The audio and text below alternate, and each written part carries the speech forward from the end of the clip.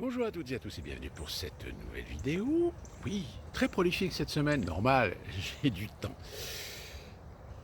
Je vais aborder un sujet que j'avais déjà abordé dans une autre vidéo, assez ancienne pour ceux qui s'en souviennent, où cette vidéo m'avait amené à parler d'un sujet qui est aujourd'hui très enfermé dans une case, tellement enfermé que le moindre écrit, la moindre personne qui le nomme, en règle générale, tout est fait pour que vous n'ayez absolument aucun échappatoire, que à l'intérieur de votre cerveau, une petite lanterne rouge s'allume pour vous rappeler l'étiquetage de ce sujet.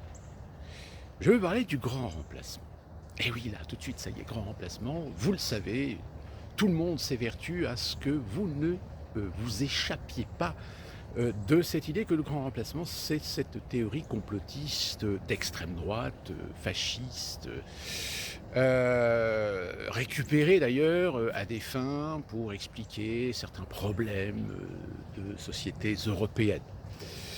Ce grand remplacement, qu'on l'on doit dans sa vulgarisation par une version de Monsieur Camus, rien à voir avec l'auteur célèbre de La Peste, que peut-être on pourrait y trouver quelques similitudes. Pourquoi je vous parle de ça? Tout simplement parce que récemment, Quotidien vient de nous faire une petite aparté concernant un débat d'idées qui a eu lieu entre Michel Onfray et Michel Houellebecq. Michel Houellebecq, c'est cet auteur dans lequel, à un moment donné, Michel Onfray a attiré Michel Houellebecq sur quelle vision il avait, quelle pensée il avait aujourd'hui sur ce qui se passait et par rapport à son idée de grand remplacement, dont d'ailleurs je rappelle que M. Houellebecq avait pondu un livre en 2015 qui s'appelle Soumission et qui avait suscité pas mal de remuage de queue dans le fait que dans ce roman de fiction, je rappelle roman de fiction, la France devient une république islamique. Et donc, de par cette fiction, évidemment, Michel Onfray essaie de demander à Michel Houellebecq ce qu'il en pense. Je rappelle quand même Michel Houellebecq, même si c'est un personnage un petit peu farfelu, un petit peu dans son monde, ça n'en reste pas moins quelqu'un de très intelligent. Et donc, Quotidien, du fait que Houellebecq ait réagi en disant qu'il était très surpris de voir que finalement, sur certains phénomènes, sur certains événements,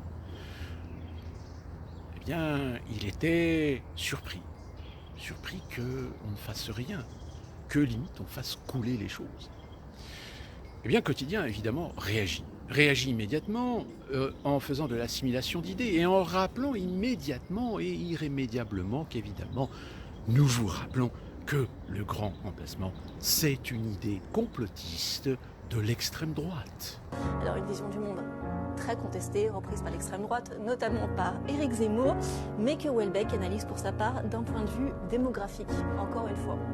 J'ai été choqué qu'on appelle ça une théorie. Ce n'est pas une théorie, c'est un fait. C'est une idéologie raciste. Parce qu'on va vous tanner là-dessus. Vous ne devrez jamais échapper à cette idée, à cet étiquetage, à cet estampillage, à ce concept que le grand remplacement, c'est une mauvaise idéologie, c'est une mauvaise idée, c'est une mauvaise pensée. Alors pour ceux qui connaissent cette chaîne depuis très longtemps, vous savez que j'avais abordé ce sujet-là en disant que finalement le grand remplacement, en réalité tous ces intellectuels, tous ces bien-pensants tentent en réalité de vous éloigner d'une réflexion sur l'idée de grand remplacement.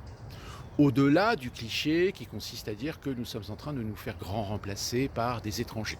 En réalité, l'étranger, c'est pas le problème. L'étranger, il est minoritaire. Non. Le problème, c'est la culture. C'est l'origine. Parce que des Français, nous en avons énormément. Nous en avons, je crois, 68 millions.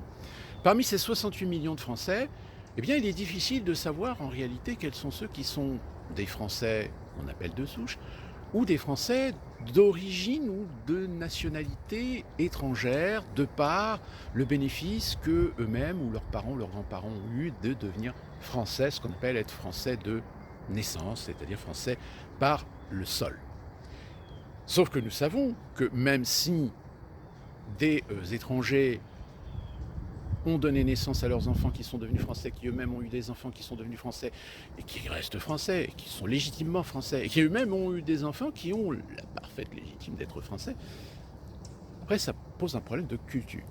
C'est-à-dire que, est-ce que ces gens qui ont des origines et des racines, disons-le, d'origine des pays du Maghreb ou d'Afrique noire, sont-ils français? Qu'est-ce qu'être français?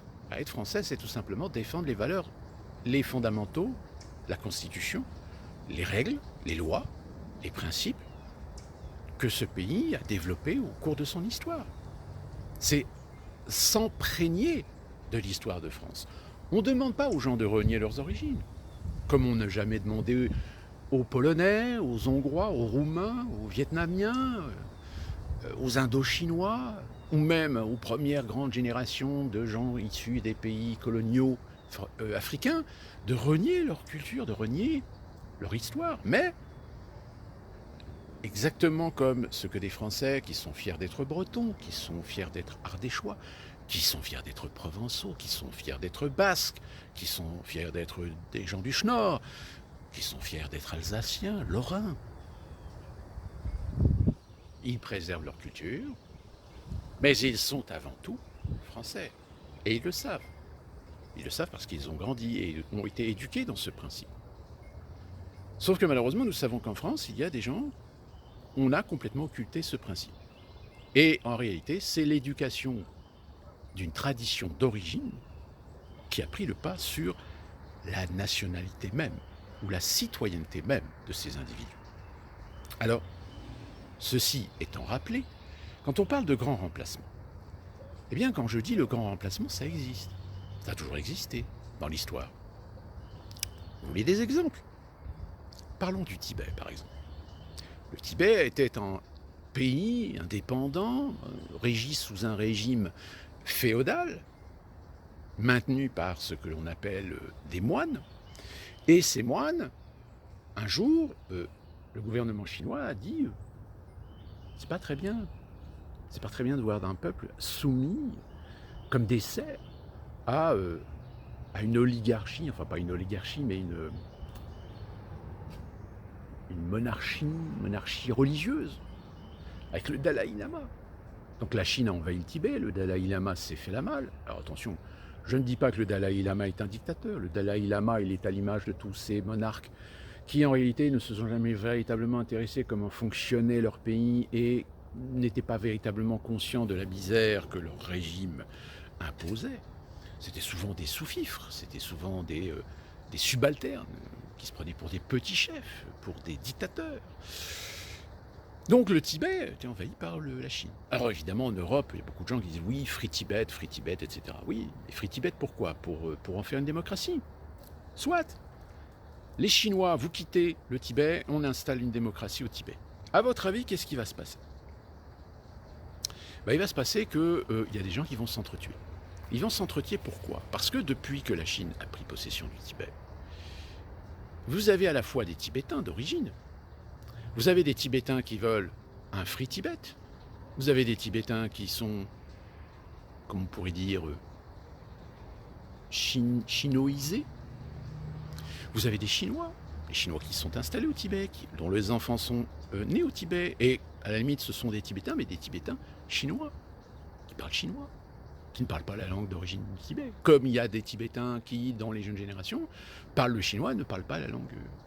Donc à votre avis, tout ce melting pot, etc., est-ce que vous croyez qu'ils vont dire « oui, on va tous vivre ensemble, tolérance, etc. » Non. Non, parce qu'il y a des arriérés, parce qu'il y a des conditions sociales, parce qu'il y a une situation qui fait que les Chinois ont la ferme intention de faire disparaître le Tibet. Donc si demain vous libérez le Tibet, vous mettez une démocratie, qu'est-ce que vous croyez il va se passer? Il va se passer que soit les Chinois qui restent vont se faire massacrer, ou alors on va tout simplement générer un exode. Ça vous rappelle rien? Vous savez, il y a un pays là, qui a été envahi par un autre pays, qui en son sein même, on ne peut pas dire que ça soit un peuple très uni. On peut dire même qu'il y a certaines divergences d'esprit, d'opinion. Des divergences avec lesquelles on s'est amusé. que des intérêts extérieurs ont alimenté. Autre exemple, je vis dans un pays où on a 72 ou 76% de blancs. Mais ces blancs, est-ce que c'est le peuple d'origine? Ben non. Le peuple d'origine, c'est les natifs, les Indiens d'Amérique. Donc à partir de là, est-ce que j'ai besoin de vous rappeler ce qui s'est passé historiquement parlant? Est-ce que historiquement parlant, les Blancs des colonies britanniques, une fois l'indépendance, une fois la construction des États-Unis d'Amérique, est-ce qu'on aurait le droit de dire qu'ils ont effectué un grand remplacement? Autre exemple, dans certains pays d'Amérique latine, idem, même scénario. Les Espagnols se sont développés, les Espagnols se sont même parfois mélangés, il y a eu des métissages. Or aujourd'hui, dans certains pays, comme par exemple la Bolivie, en Bolivie, les descendants hispaniques détestent profondément les natifs.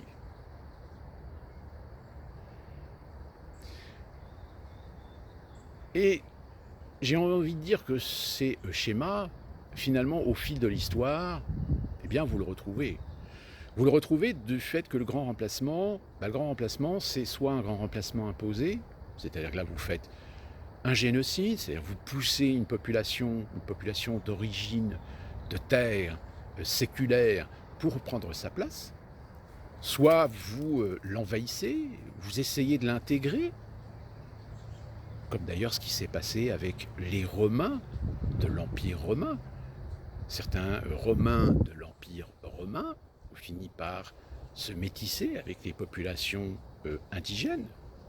La Grande-Bretagne, par exemple, la Grande-Bretagne dans son histoire est un très bel exemple de remplacement, ou de remplacement de métissage.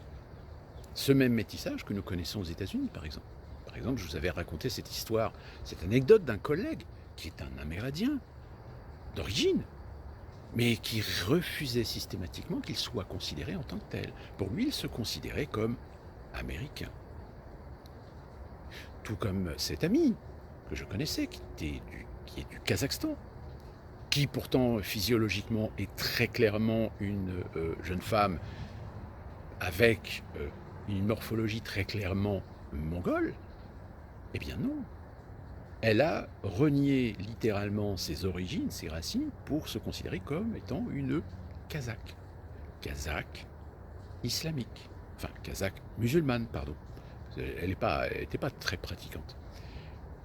Donc vous voyez l'assimilation de certaines cultures, l'assimilation de certaines minorités, de certaines tribus, c'est une forme de grand remplacement. C'est-à-dire que vous essayez de créer une homogénéité dans une population en remplaçant une population existante ou en comptant avec le temps pour qu'elle finisse par soit s'assimiler à la vôtre ou disparaître. Eh bien, c'est du grand remplacement. Et donc, cette théorie qui consiste à dire est-ce que en Europe, tôt ou tard, de par la démographie, de par l'évolution des cultures, ne va-t-on pas à un moment donné se rendre compte qu'en réalité, nous avons des individus qui, certes, de 2, 3, 4, 5 générations, sont de nationalité, sont des citoyens de nos pays européens. Mais en réalité, culturellement, dans leur personnalité, dans leur comportement, dans leurs attitudes, dans leur considération de certaines valeurs du pays dont ils sont des citoyens, eh bien on se rend compte qu'il y a une réelle discordance. Qu'en réalité, ils sont plus dans un état d'esprit correspondant au pays d'origine de leurs racines que dans des comportements typiquement citoyens du pays dont ils ont la nationalité depuis leur naissance, dont ils ont le bénéfice légitime.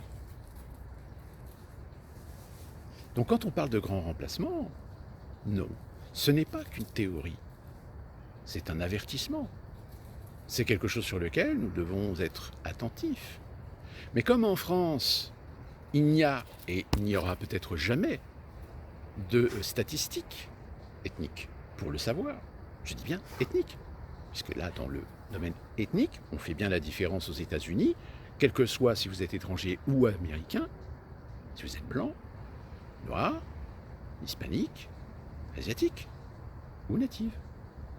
Et c'est comme ça qu'aux États-Unis, eh bien, on peut connaître la proportion qu'il y a dans la population de gens par leur couleur de peau, par leurs origines ethniques.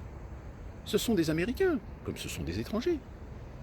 Après, ça permet d'appliquer dessus d'autres statistiques pour savoir si ces gens se comportent comme des Américains ou si au contraire ce sont des gens qui ont la nationalité américaine mais qui continuent à vivre avec leurs traditions, les traditions de leurs racines, de leurs origines. Sauf qu'aux États-Unis, c'est pas flagrant, c'est pas dérangeant. Pourquoi? Parce que, allez, on va dire que près de 90% de l'immigration qu'il y a aux États-Unis, c'est une immigration qui, allez, concerne des cultures qui sont majoritairement issues des cultures judéo-chrétiennes. Même les Asiatiques. Les Asiatiques, certes, exportent leur culture, mais c'est une culture néo-occidentalisée, néo-capitaliste, néolibérale. Donc oui, ils ont des traditions séculaires, mais est-ce qu'elles ont une influence ou est-ce qu'elles dérangent en particulier le citoyen lambda, le patriote américain? Non. Le problème se pose un peu plus dans le Michigan, où le Michigan possède la plus forte communauté musulmane, où là, en effet, par contre, il y a certains problèmes.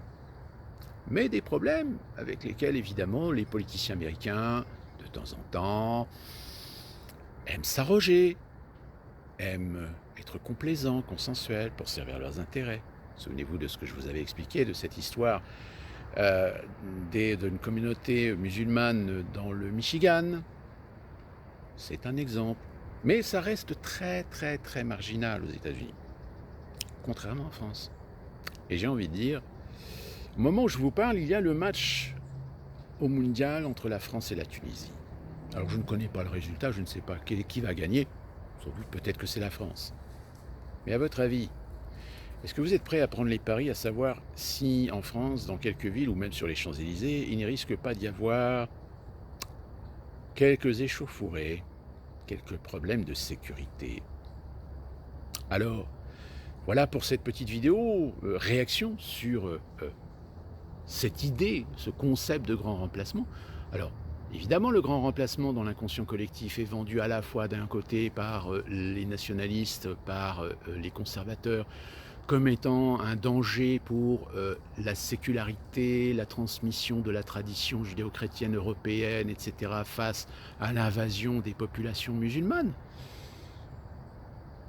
Mais de l'autre côté, en voulant lutter contre cette idée, on fait autant de radicalité en interdisant l'opinion d'avoir une réflexion, d'avoir une pensée, d'avoir des questions légitimes sur le sujet.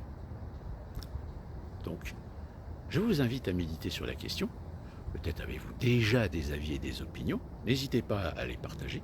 Et d'ici qu'on se retrouve pour une prochaine vidéo, peut-être encore avant la fin de la semaine, allez savoir, je vous laisse profiter de ce petit soleil que nous avons en Caroline du Nord, certes très nuageux. Et à très bientôt. Et d'ici là, portez-vous bien.